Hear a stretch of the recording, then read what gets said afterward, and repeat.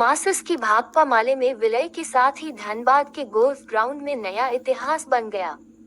विलय के मौके पर भाकपा माले महासचिव दीपांकर भट्टाचार्य, सांसद राजा राम प्रसाद, विधायक विनोद सिंह मासस से आनंद महतो, पूर्व विधायक अरूप चटर्जी समेत धनबाद, बोकारो, कोडरमा, रांची, गिरिडीह समेत पूरे झारखंड से हजारों कार्यकर्ता शामिल हुए।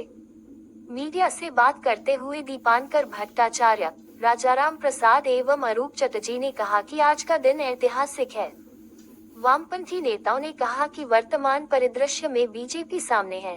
2024 के लोकसभा चुनाव में मोदी सरकार को बेदखल करने का जबरदस्त प्रयास हुआ और बीजेपी को भी लग चुका था कि सफाया तय है। यूपी में बीजेपी की जो स्थिति बनी वह सभी के सामने है। बीजेपी जिस तरह देश में शासन चलाना चाह रही थी उससे उन्हें पीछे हटना पड़ा। यूट्यूब मीडिया को रोकने के लिए बीजेपी बिल ला रही थी पर नहीं ला सकी।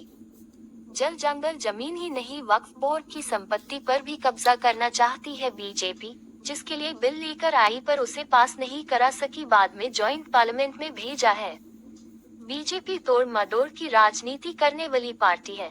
महाराष्ट्र में यही स्थिति देखने को मिली और झारखंड में भी कब्जा जमाने के लिए बीजेपी इसी तोड़ मडोड़ की राजनीति कर रही है। चंपाई सोरेन इसका उदाहरण है। पहले कोयला उद्योग में राष्ट्रीयकरण का दौर था, आज निजीकरण के दौर पर है। यह एकता रैली निजीकरण के खिलाफ है, निजीकरण, कॉर्पोरेट और बेरोजगारी के खिलाफ है। वामपंथ के झारखंड के दो जो सबसे बड़ी धारा है, माले और मासस, ये दोनों धारा अगर एकजुट हो जाए, एक साथ आ जाए, तो इससे पूरे झारखंड में निश्चित तौर पर वामपंथ को बहुत मजबूती मिलेगी। और झारखंड जैसे प्रदेश में जो वामपंथी आंदोलन के लिए, मजदूर आंदोलन के लिए जाना जाता है, वहाँ अगर वामपंथ मजबूत होता है तो हिंदी पट्टी में इसका असर बिहार में भी होगा, इसका असर बगल में बंगाल में भी पड़ेगा। बिहार में तो सर असर पहले ही हो गया। नहीं, इसीलिए हम कह रहे हैं कि वो एकता, हमें लगता है कहीं भी देश के किसी भी हिस्से में वामपंथी अगर एकजुट होते हैं तो उससे पूरे देश के वामपंथ को बल मिलता है। और न सिर्फ वामपंथ को, आज हम इंडिया गठबंधन में भी है। लोकसभा चुनाव से पहले हमने समय को देखते हुए इंडिया गठबंधन में गैर वामपंथी दलों के साथ भी एकता बनाई। तो अगर जैसे कांग्रेस मजबूत होती है तो इंडिया को ताकत मिलती है, जैसे जेएमएम मजबूत होता है तो उससे इंडिया को ताकत मिलती है, वैसे ही अगर माले मजबूत हो तो इंडिया गठबंधन को भी मजबूती मिलेगी, सिर्फ वामपंथियों को नहीं। भाजपा एक बार फिर से, भारतीय जनता पार्टी तो तोड़फोड़ की पार्टी है। आपने देखा कि महाराष्ट्र में उसने किस तरह से सत्ता कब्जा किया था और झारखंड में भी इसी रास्ते पर पूर्व मुख्यमंत्री को उन्होंने तोड़ करके अपने साथ कर लिया। तो भारतीय जनता पार्टी के सामने तोड़ फोड़ के सिवा, लोगों को डराने धमकाने के सिवा, लूटपाट के सिवा और कोई रास्ता नहीं है। और इसीलिए हमने तो एकता रैली की कि वो एक तरफ फुट डालने की कोशिश में है, हम एकजुट हो रहे हैं।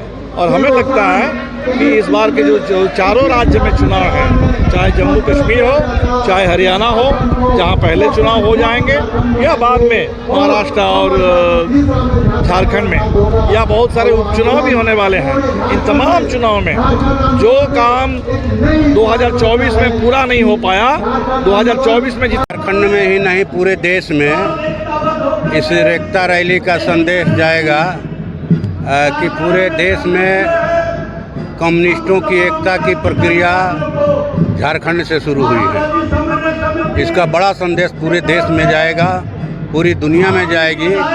और भाजपा का जो कॉरपोरेट लूट चल रहा है, कॉरपोरेट राज चल रहा है झारखंड सहित पूरे देश में, कि वो दलित आदिवासियों के हाथ से जल जंगल जमीन सब कुछ छीन करके अडानी अंबानी सरीखे कॉरपोरेटों को देना चाहते हैं। ये लूट को बंद करने का कहा जाए कि एक मजबूत संदेश जाएगा धनबाद से, जहां भाकपा माले में मासस का विलय हो रहा है। देखिए, वामपंथी जो विचारधारा है उसको एक करने के लिए और उसको धार देने के लिए मासस और CPI-ML एक साथ हुई है। और हम आशा करते हैं जो झारखंड में एक विकल्प, जो कॉमरेड A.K. राय की जो सपना था, जो झारखंड लालखंड में एक दिन तब्दील होगा, उस दिशा में ये पहली कदम है। भविष्य हम आशा करते हैं जो झारखंड, पूरी झारखंड में हम लोग लाल झंडे को फैलाव कर सकें। सर, चुनाव भी आने वाला है कि नहीं, देखिए गठबंधन के तहत अगर हमारे सेंट्रल लीडरशिप बात करेंगे, वो हम आशा करते हैं जो 6 से 7 सीटों पे बातचीत होगी, और अगर गठबंधन नहीं होती है तो हम कम से कम 25 सीटों पर हम लोग लड़ेंगे। भाजपा की जो नीति है उस पर क्या कहेंगे, क्योंकि अभी हाल ही में चंपई सोरेन ने भाजपा ज्वाइन। देखिए, इस तरीके से किसी संगठन को तोड़कर संगठन नहीं बनाई जा सकती है। जो लोग जमीनी स्तर पर जुड़े हुए हैं, जो लोग नीति और सिद्धांत से जुड़े हुए हैं, वही लोग आगे बढ़ सकते हैं। हम लोगों ने कभी भी भाजपा या कांग्रेस के सिद्धांतों के साथ नहीं जोड़ा। हम लोग छोटी पार्टी होने के बावजूद भी हम लोग लाल झंडे को ही आगे ले जाने का काम किया। हम लोग कॉमरेड ए.के. राय की विचारधारा को लेकर चल रहे हैं और भविष्य में भी हम लोग चलेंगे।